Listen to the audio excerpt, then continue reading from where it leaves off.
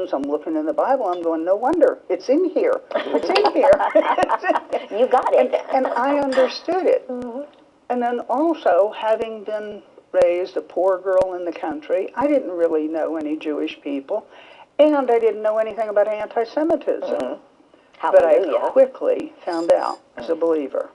I quickly ran into the anti-Semitism, if you will, of the church.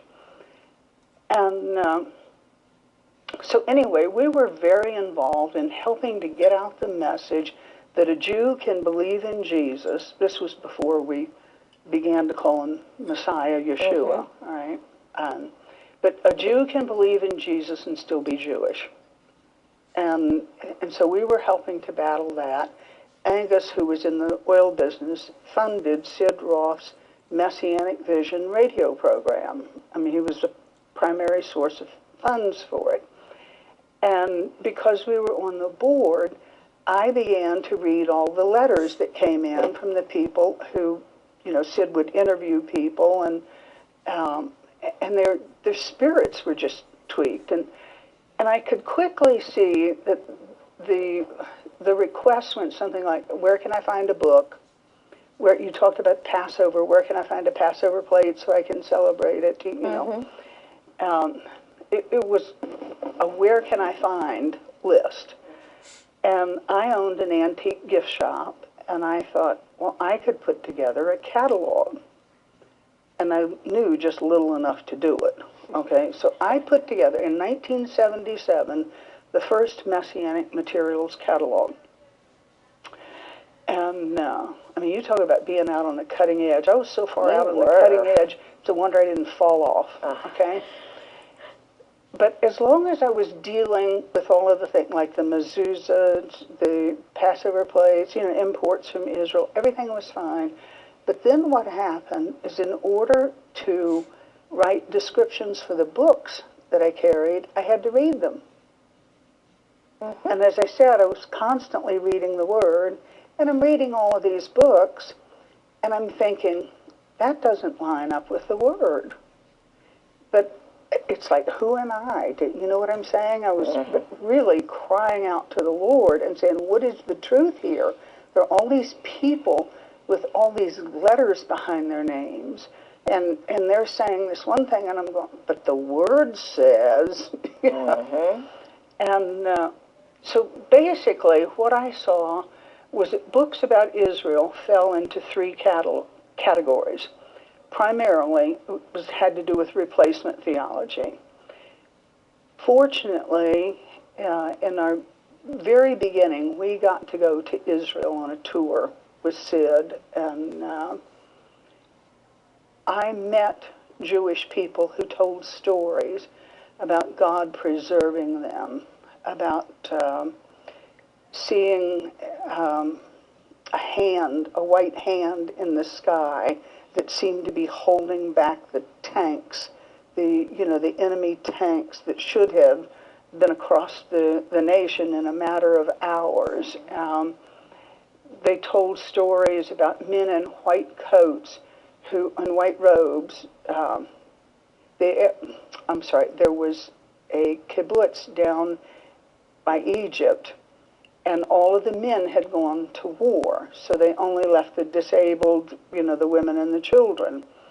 And they should have overtaken it, and when asked later why they didn't just overtake the whole kibbutz, they'd say, every night we saw the men in white robes and we were afraid. Hallelujah. Stories of... This is a 67 war? Yes. Okay. Stories of men trying to cross a minefield and a whirlwind going and uncovering. You've heard that story? Yes. I met Colonel David Yonev. I have been telling the story about his testimony for 30 years. Not only has she met him, he is now the M.I.A.'s international ambassador. All right. David Yonev, he's a man of miracles. Amen. Yes. Absolutely. I mean, he's an Israeli colonel. He has been healed. He's been touched by the healing hand of the Messiah. And he had read some of my books, and he was going, yes, this is true. They're both houses of Israel. He's dealing with both of us. And he's going around talking about what I'm teaching, and I'm going around talking about and we finally... Wonderful. All right, anyway, I heard about all of these miracles. And a lot of times the Father gives me answers to things that are they're childlike in their simplicity. Why not? And the answer to the whole thing is no good parent would replace one child with another. That's right. Besides the fact, I constantly saw his hand in his preservation of the Jewish people. And so, and I knew they were God's chosen. But on the other hand, I also knew that he was working with non-Jewish believers. And he wasn't going to discard them either. Just as he did not replace the Jewish people, so he has not replaced the non-Jewish believer.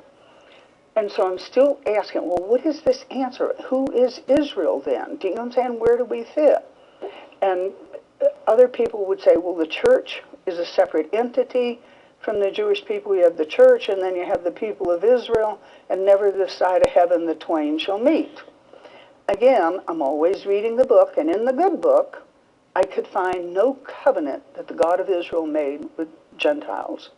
He made a new covenant with the house of Israel.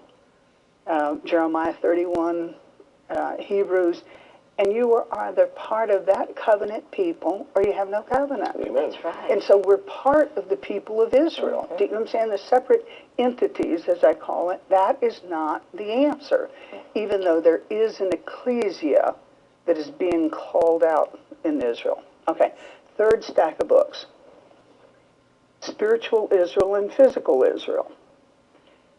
Now, the early church, as Angus said, the whole early church was Jewish. Absolutely. And so I started asking questions of these people and saying, okay, if the whole early church was Jewish, what happened to their children? Are you telling me they were cut off from being part of the people of Israel because they followed the Messiah of Israel? That doesn't compute. You know what I'm saying? They weren't cut off. They didn't keep the feast, but then the feasts weren't being kept properly because the feasts are really supposed to honor the Messiah of Israel. He is what they're all about. And what I saw is that both of these people had made mistakes. And I began to cry out to God. I had never heard anything about intercessory prayer. I just knew that I would start praying, and I would think I was a reasonably intelligent, sane woman when I started. And by the time I finished, I would be wailing, moaning, sobbing, and begging him to make me understand Israel. Because I'm putting out this catalog, if you will, and it's going out to almost 50,000 people. And there are all these books in there, and I'm saying, Father, some of this stuff is just not right. I can't do this anymore. I love the Jewish people. I want to help. What is it? And I can't agree that the church is not part of the plan, the true believers. And when I say church, that's what I mean, okay?